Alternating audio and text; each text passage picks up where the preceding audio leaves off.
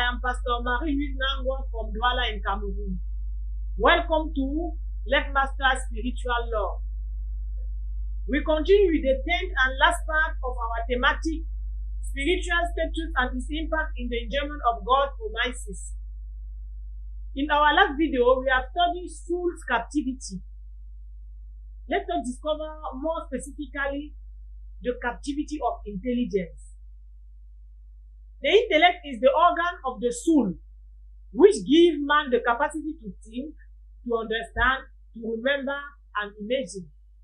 Let us read Job 12, verse 24 of the King James Version. He deprived of intelligence the tip of the earth's people. The second text is from Job 35, verse 11.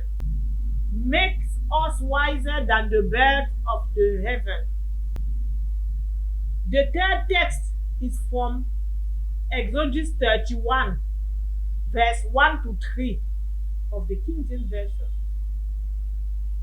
Now the Lord spoke to Moses, saying, See, I have called by name Bezalel, the son of Uri, the son of Ur, of the tribe of Judah.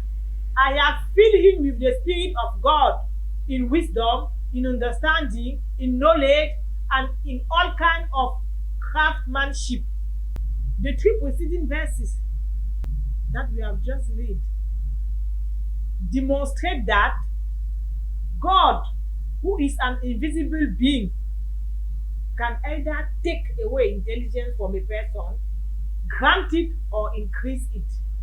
Thus, the ability to understand or remember is likely to suffer a harmful influence of the spiritual world.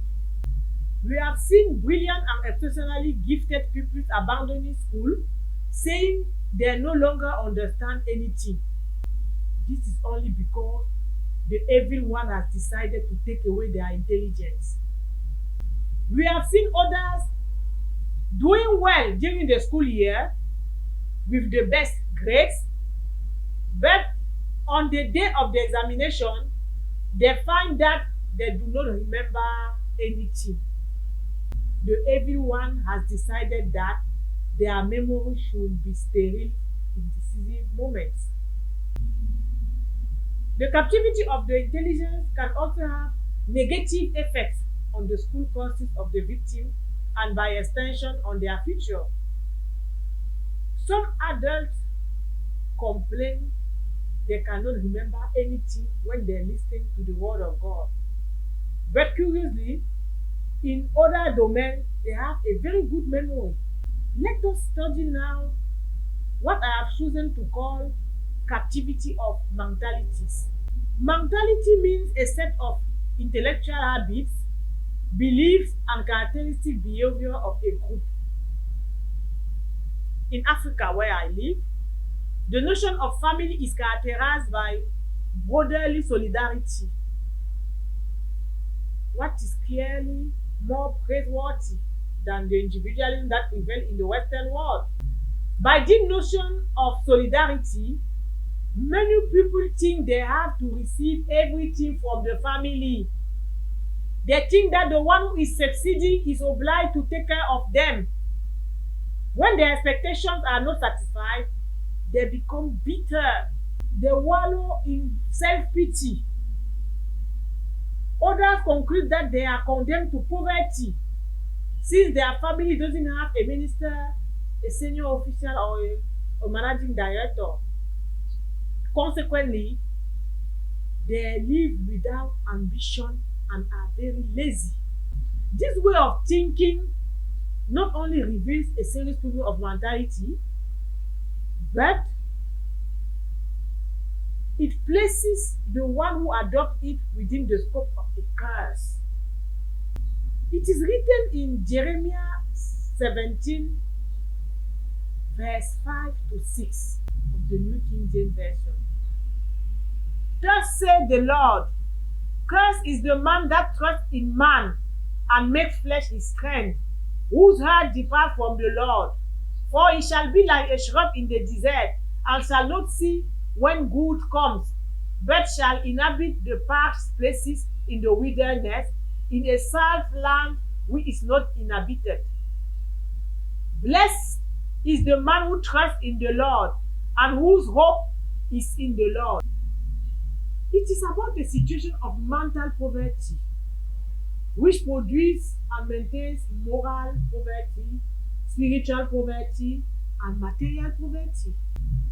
Another form of captivity of the mentality is the consideration that women have to be catered for by men.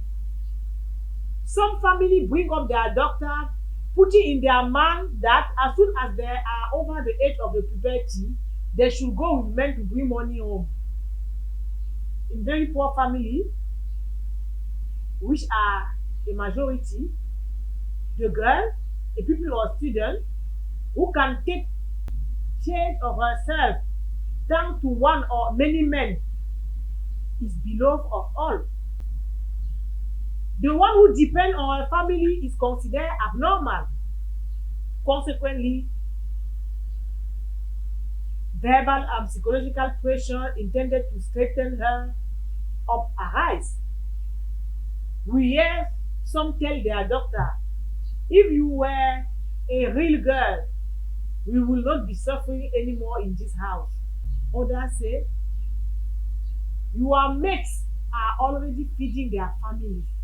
Some stop catering for girls of a certain age under the pretext that they should already be able to take care of themselves, thereby engaging them in a type of prostitution that out of the ordinary, thereby engaging them in a state of prostitution. Through a close relationship with wealthy men, she raises the name of the family. Unwanted pregnancy, venereal diseases, disturbances, or sometimes dropping out of school by many young girls are some of the consequences of such behavior. The captivity of the mentality is also present in couples. It shows itself by some married women refusing to contribute toward the welfare of the home, claiming it is the husband's responsibility. When the poor man doesn't have enough means, such ladies conclude they have a bad marriage. Families who send their daughter to prostitution and ladies who want to receive everything from their husband have one thing in common. They are subject to the curse mentioned in Jeremiah 17 verse 5 to 6. When we complain about people, rightly or wrongly, when we look for scapegoats, we declare at the same time that we do not trust God, the master of times and of circumstances, the one who promotes and demotes, the one who holds the soul of all living body in his hand. We will now learn about spiritual captivity. The spirit being the path through which we can communion or communicate with God, any situation of spiritual captivity is reflected in a difficulty or inability to have a life of prayer. The places of spiritual captivity are diversified and vary according to individuals.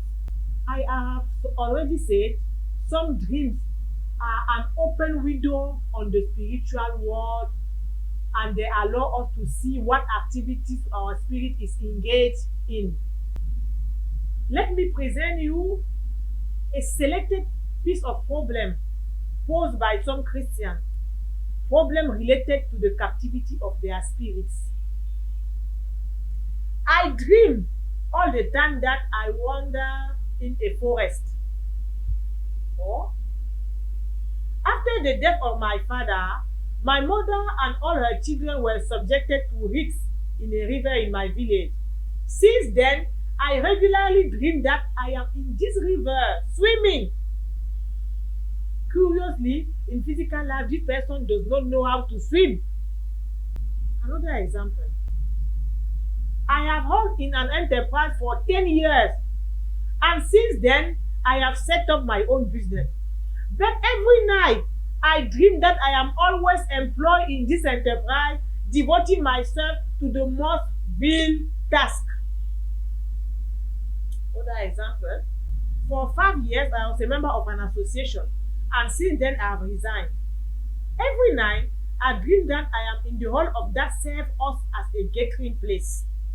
Other example, I dreamed that men seized me and drew me into a pit.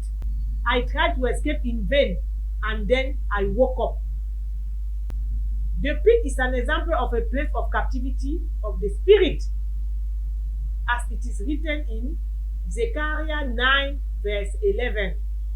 I will set your prisoners free from the waterless pit. It is not a physical pit, because the spirit being invisible cannot be contained in a visible place. It is a place of captivity in the spiritual world, or in the world of darkness. In fact, this river, this forest, this enterprise, this meeting hall, this pit represents example of places of captivity of the spirit of men. A Christian whose spirit is captive will have difficulty in maintaining a spiritual communion with God, such as we can read in Psalm 137, verse 1 to 4. By the river of Babylon, there we sat down, yeah, we wept when we remembered Zion. We hung our harps upon the willow in the midst of it. For there those who carried us away captive asked of us a song, and those who plunder us request mirth, saying, Sing us one of the songs of Zion. How shall we sing the Lord's song in a foreign land? We see that during their captivity in Babylon, the people of Judah were not feeling much like praising the Lord. I would like to present to you now the most known type of captivity, because having consequences visible to the naked eye. These are possessions and spiritual properties. Before defining what possession is, I would like us to study some Bible passages with cases of possession. It is written in Luke 11, verse 24. When an unclean spirit goes out of a man, he goes through dry places, seeking rest. And finding none, he said, I will return to my house from which I came. To say that an unclean spirit has come out of a man means to say that the latter was present in this man, that the latter dwelt in him. Expressions such as, I will return to my house, attest that, generally, such an impure spirit considers the body or soul of the person as his home. In fact, the execution of certain type of curse requires that unclean spirit come to settle in the body or soul of the person. It is written in Luke 11, verse 14. And he was casting out a demon, and it was mute. So it was when the demon had gone out that the mute spoke and the people wondered. Since demons only react to execute a word, this demon was in this man following a curse, asking him to become dumb. He had to enter into him in order to take control of his tongue and prevent him from speaking. We also read in Luke 13, verse 11 to 13, the story of a woman who was probably under a curse of infirmity.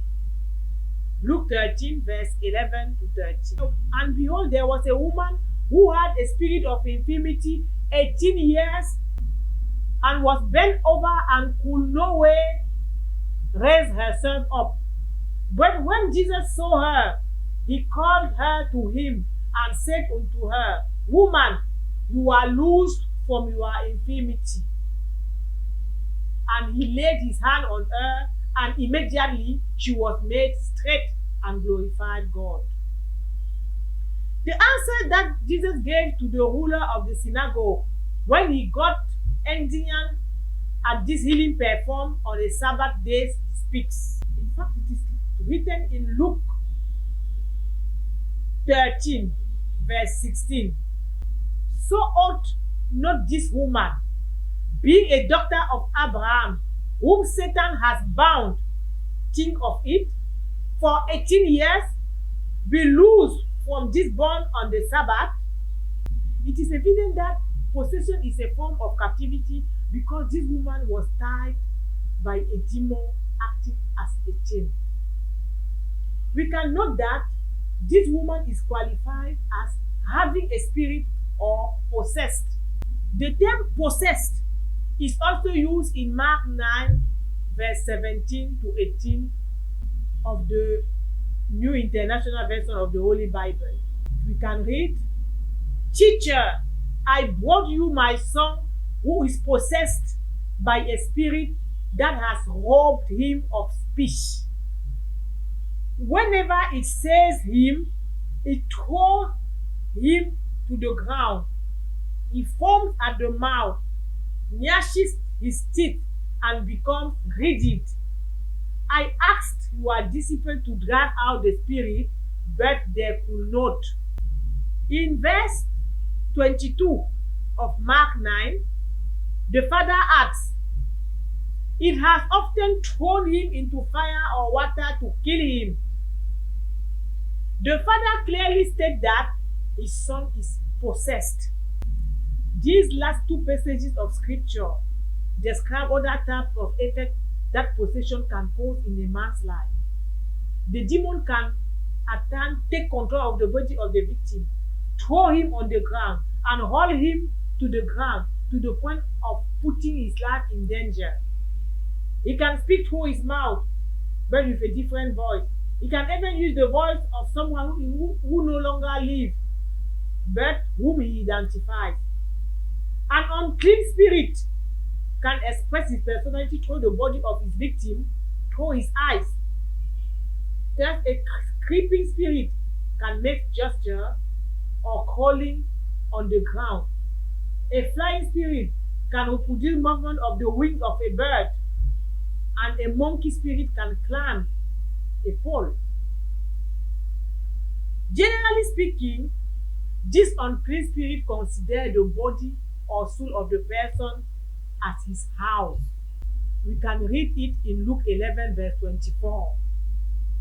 When an unclean spirit goes out of a man, he goes through dry places seeking rest, and finding none, he said, "I will return to my house from which I came."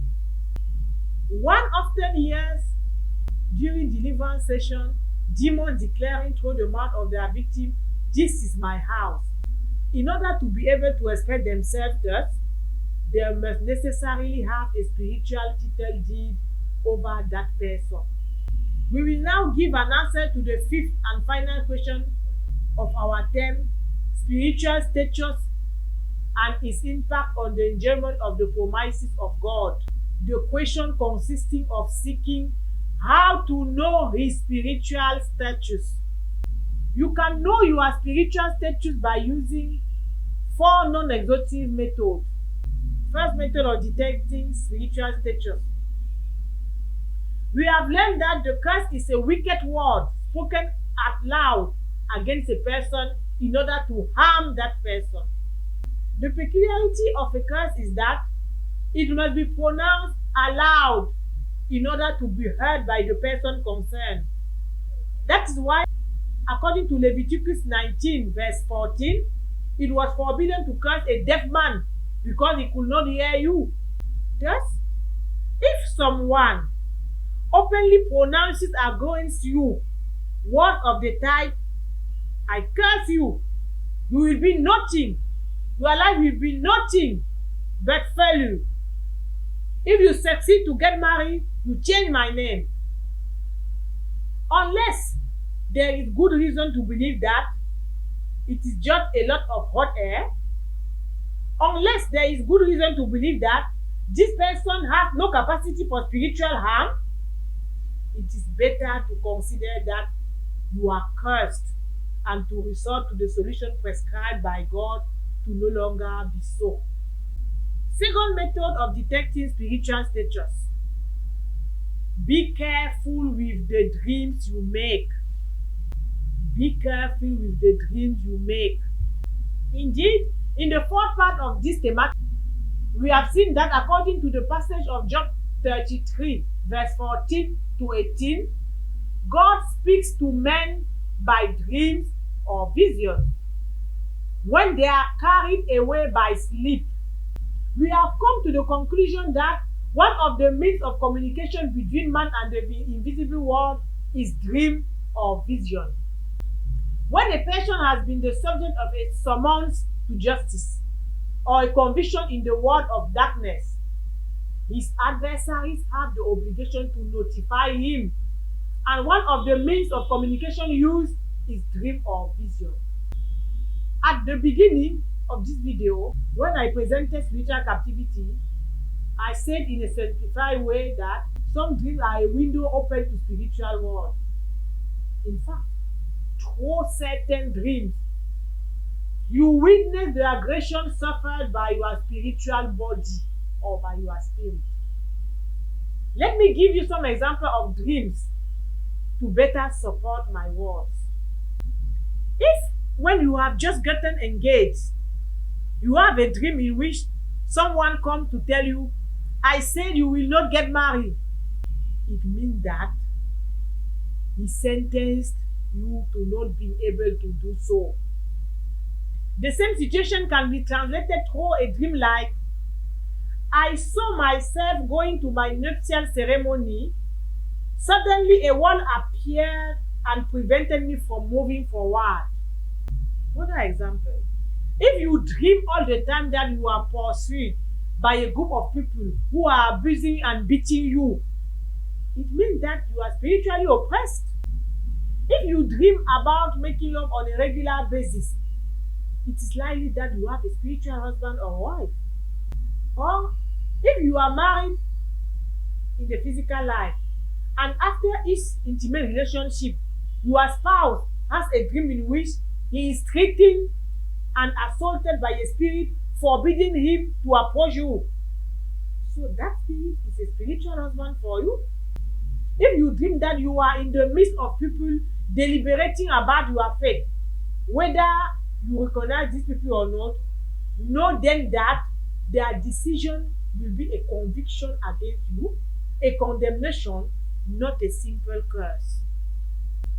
If you dream that you are chained and locked in one place, then one aspect of your life is captive. It can be your will, your feelings, or your professional life.